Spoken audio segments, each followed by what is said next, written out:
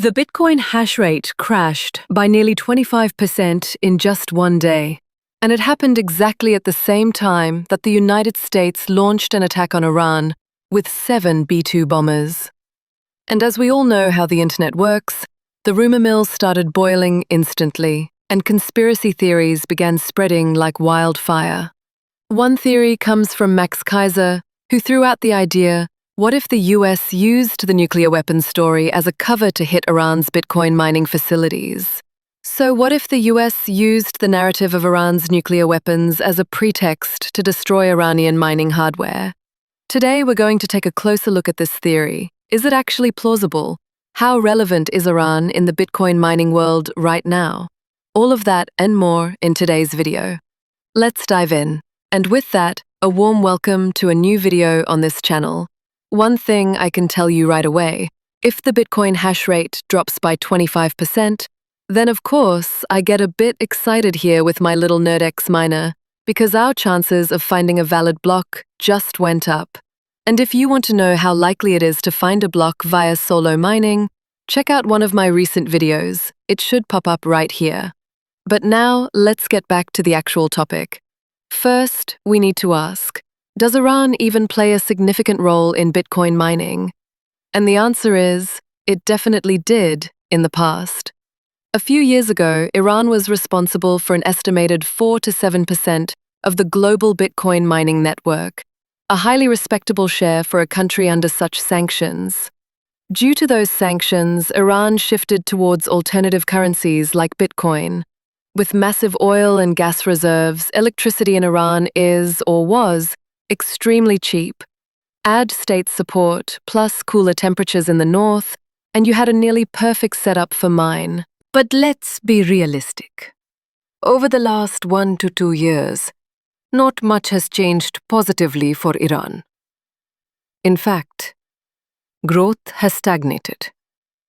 In 2025, Iran is estimated to represent only around 3%, or even less, of the global Bitcoin hash rate. Unlike the US, example, the Renov riot in Texas, Iran didn't scale infrastructure as rapidly.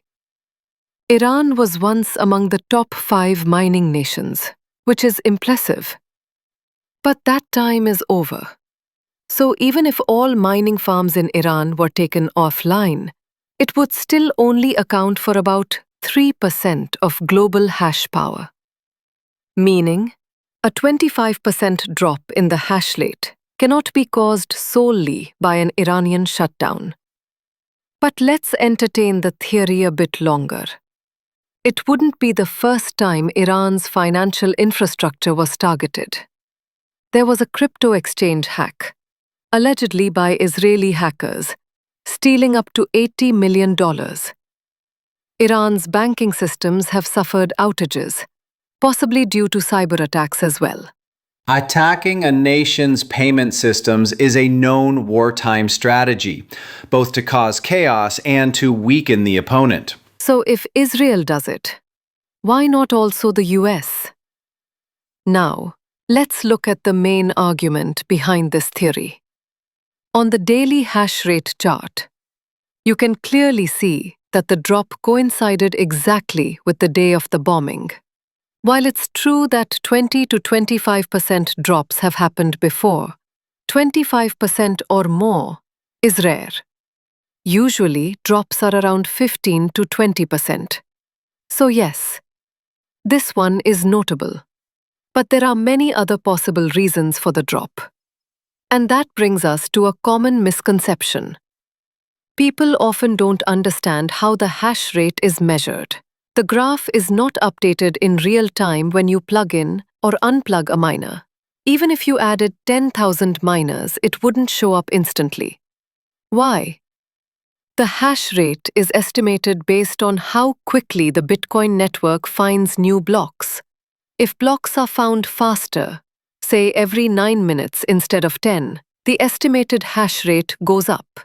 If blocks take longer, say 11 to 12 minutes, it suggests hash power has dropped, and the chart reflects that. So these are statistical estimates, not precise live data. Sometimes, the network just gets unlucky. Even if the hash rate is stable, fewer blocks are found. That alone can make the chart look like there's been a crash.